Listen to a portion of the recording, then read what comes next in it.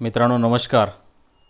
आज आपण संत आणि समाजसेवक असं व्यक्तिमत्व असलेले संत गाडगेबाबा यांच्याबद्दल अधिक माहिती घेणार आहोत.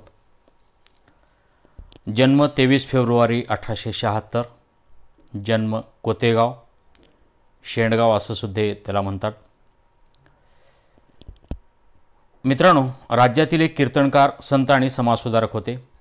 त्याने स्वेच्छेने गरीब राहणी स्वीकारली होती. ते सामाजिक न्याय देण्यासाठी विविध गावांना भटकत असत.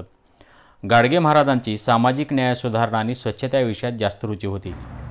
20व्या शतकातील समाजसुधार आंदोलनामध्ये ज्या महापुरुषांचा सहभाग आहे त्यापैकी एक महत्त्वाचे नाव म्हणजे गाडगेबाबा यांचे घ्यावे लागेल. संत गाडगे महाराजांचं पूर्ण नाव डेबोजी झिंगराजी जानोरकर होते.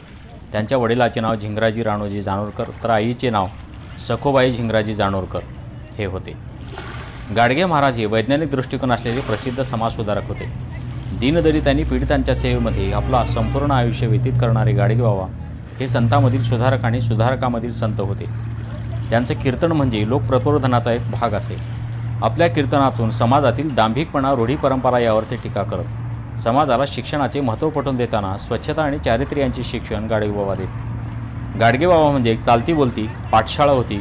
चालतं बोलतं व्यासपीठ होतं, एक व्याख्यान होतं. गाडगे महाराज हे गोरगरीब, दीनदलित यांच्यामधील अज्ञान, अंधश्रद्धा, अस्वच्छता यांचे उच्चाटन करण्यासाठी तळमळीने कार्य करणारे समाजसुधारक होते. तीर्थी धोंडा पाणी, देव रोकडा सज्जनी असे सांगत दीन दुबळे, अनाथ, अपंगाची सेवा करणारे थोर संत म्हणजे गाडगेबाबा. देवळात जाऊ नका, मूर्तीपूजा करू नका, सावकाराचे कर्ज काढू नका, अडाणी राहू नका, पोथी पुराणे, मंत्रतंत्र, देवदेवसी, चमत्कार असल्या गोष्टीवर विश्वास ठेवू नका अशी शिकवण त्या काळामध्ये देण्याचं धाडस संत गाडगेबाबांनी केलं.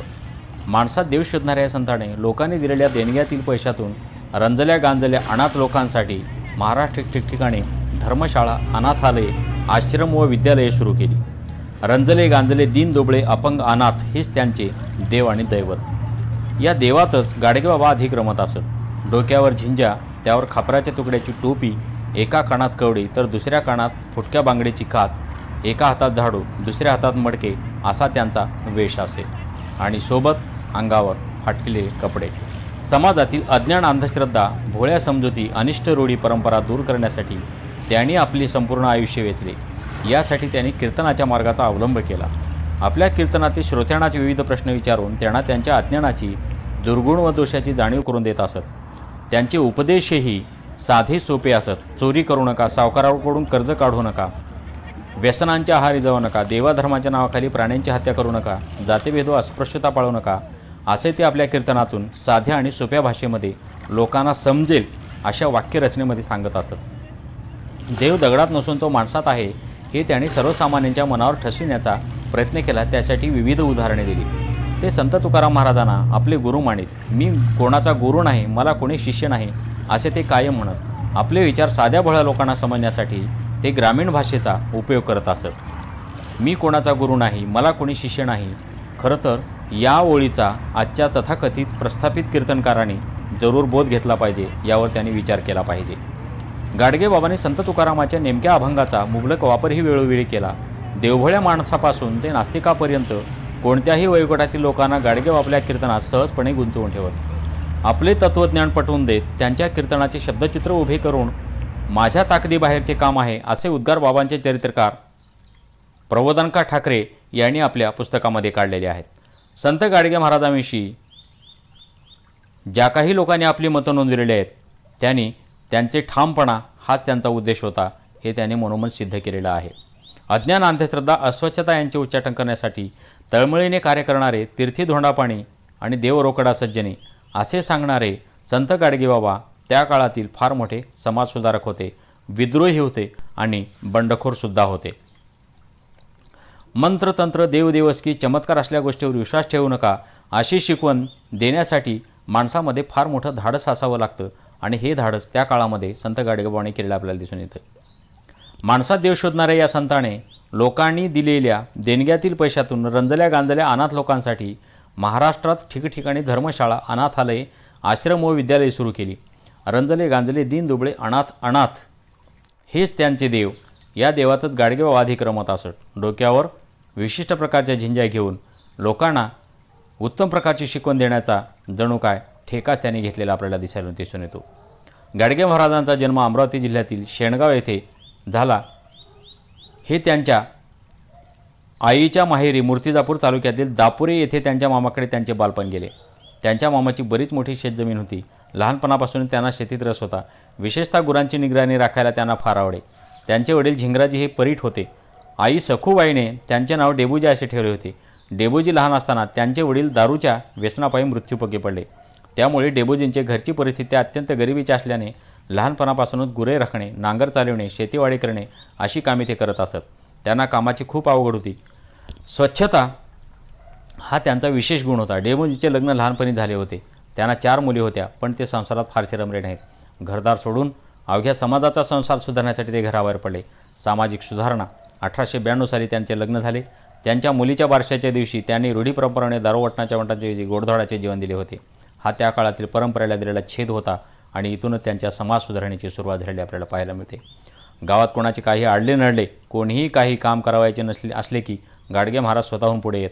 सार्वजनिक हिताची कामे सर्वजणांनी एकवटून केली पाहिजेत हा धडा त्यांनी मिटल्या तोंडी गावकऱ्यांना शिकवला.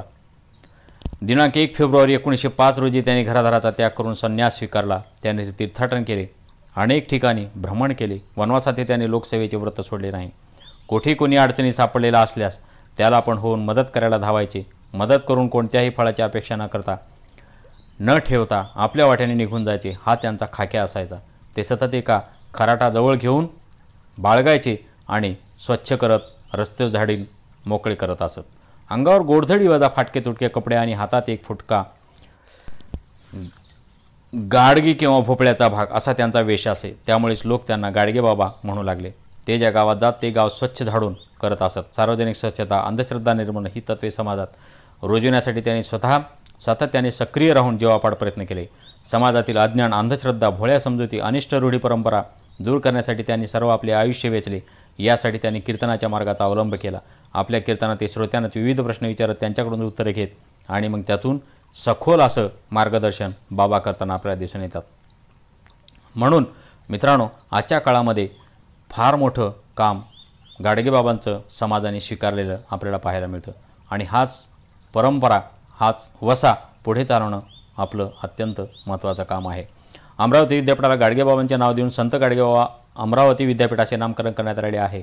संत गाडगेबाबांचा दशसूत्री संदेश, गाडगेबाबा प्रबोधन, काव्य भुकेलेल्यांना अन्न, तहानलेल्यांना पाणी, उघड्या नागड्यांना वस्त्र, गरीब मुलामुलींना शिक्षणासाठी मदत, बेघरांना आसरा, अंध पंगू गोरीब राजूगांना औषधोपचार, बेकारांना रोजगार, पशु पक्षी मुक्या प्राण्यांना अभय, गरीब तरुण तरुणीचे लग्न, दुःखी व निराशाने हिंमत, गोरगरिबांना शिक्षण हाच आजचा रोकडा धर्म आहे. हीच खरी शक्ती व देवपूजा आहे. म्हणून गाडगेबाबांचं चरित्र आपण विद्यार्थ्यासमोर, समाजासमोर ठेवणं अत्यंत महत्त्वाचं आहे. म्हणून शेवटी आपण म्हणूया, गोपाला गोपाला देवकीनंदन गोपाला हे गाडगे महाराजांचे आवडते भजन जनमनात रुजले पाहिजे. त्यांच्या विचाराचा वारसा पुढे आपण चालवण्याचा तटस्थ राहूया. जाता जाता आपल्याला विनंती आहे की कृपया माझं चॅनल सबस्क्राईब करा. पुन्हा आपण भेटू असे सुधारक आणि संत घेऊन. तोपर्यंत नमस्कार, धन्यवाद.